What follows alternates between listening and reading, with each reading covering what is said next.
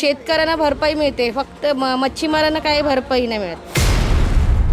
फक्त पब्लिकला वेडा करायला माहिती आहे त्या लोकांना, दुसरं काय नाही माहीत. जे एकंदरीत सगळ्याच राजकारण्यांवर तुमचा राग आहे. हो, राग आहेच ना. आता निवडणूक आली का फक्त गटराचं काम आणि लाद्या बसवायचं काम ते माहिती आहे त्या लोकांना, दुसरं काय नाही. निवडणूक संपले, बसचं भाडं वाढवलं, 6 रुपये होते ते 12 रुपये केले. मुंबई महानगरपालिकेच्या निवडणूक आहे 15 तारखेला. काय वाटतं मुंबईत कोणाची हवा आहे? तर काय माहिती ना आता कोणाची हवा आहे ती. फक्त पब्लिकला वेडा करायला माहिती आहे त्या लोकांना, दुसरं काय नाही माहीत. आता निवडणूक आली का फक्त गटराचं काम आणि लाद्या बसवायचं काम ते माहिती आहे त्या लोकांना, दुसरं काय नाही. इतके वर्ष काय नाही केलं.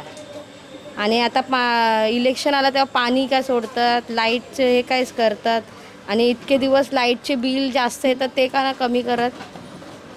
हां, आणि लगेच निवडणूक संपले, बसचं भाडं वाढवलं, 6 रुपये होते ते 12 रुपये केले. पब्लिकला परवडायला पण पाहिजे ना. तुम्ही हा व्यवसाय किती वर्षांपासून करता?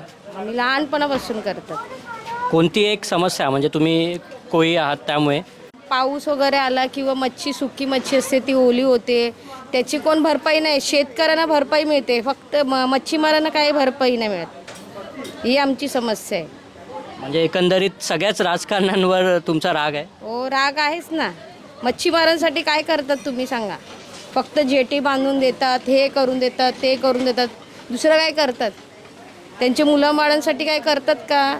आज समुद्रामध्ये बुडतात वगैरे काय काय होते, अपघात होतात. तुम्ही खाली पॉलिसी काढतात, पण त्याची काय मदत करतात का त्यांना?